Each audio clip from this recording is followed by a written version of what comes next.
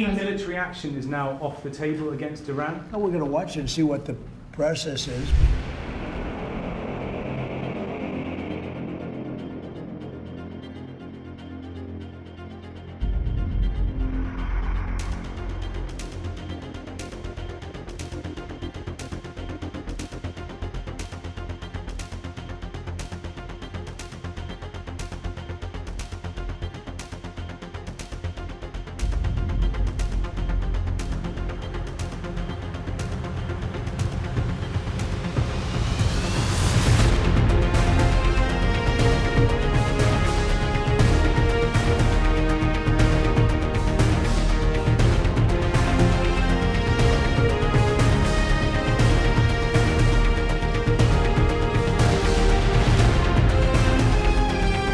A U.S. carrier has left China's waters for the Middle East just as Trump warns Iran amid raging protests, signaling a major shift in American military focus.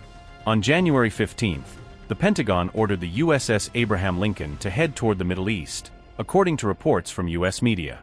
The U.S. carrier strike group includes Arleigh Burke-class destroyers, as shown on publicly available Navy tracking information.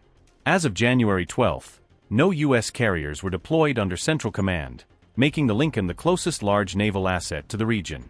The warship had been operating near Scarborough Shoal in the South China Sea since December, according to the South China Morning Post. The Lincoln left San Diego in November 2025 and conducted operations in disputed waters for roughly 2 weeks. Pentagon footage released on January 8 showed live fire drills and phalanx missile defense tests aboard the carrier. The drills also included flight operations, damage control exercises, ordnance disposal training, and at-sea replenishment. The deployment shift came just days after China and the Philippines traded blame over confrontations in the South China Sea. Manila accused Beijing of illegal and coercive acts, which China dismissed as misleading and unjustified. Chinese Coast Guard vessels used water cannons on Filipino boats near Sabina Shoal in mid-December, escalating tensions.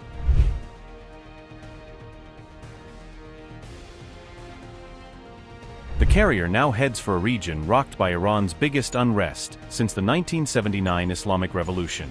Reports say between 2,000 and 12,000 people have died in Tehran's crackdown on protests, according to the South China Morning Post's citing of rights groups. On January 15th, Iran temporarily closed parts of its airspace after Trump signaled possible strikes in public comments. In a January 13th social media post, Trump wrote that Iran would pay a big price and urged people inside the country to keep protesting. However, on January 14th, Trump softened his tone, saying the killing in Iran is stopping, and striking a more cautious note in remarks to reporters. We have been informed by very important sources on the other side, and they've said the killing has stopped and the executions won't take place. There was supposed to be a lot of executions today, and that the executions won't take place. And we're going to find out. I mean, I'll find out after this. You'll find out. But we've been told on good authority, and I hope it's true. Who knows, right? Who knows? We've Crazy seen the body world. bags, so how do you trust No, them? you've seen that over the last few days, and they said people were shooting at them with guns, and they were shooting back, and it's one of those things. But they told me that there'll be no executions, and so I hope that's true. Does this mean military action is now off the table against Iran? We're going to watch and see what the process is, but we were given a very good statement by people that are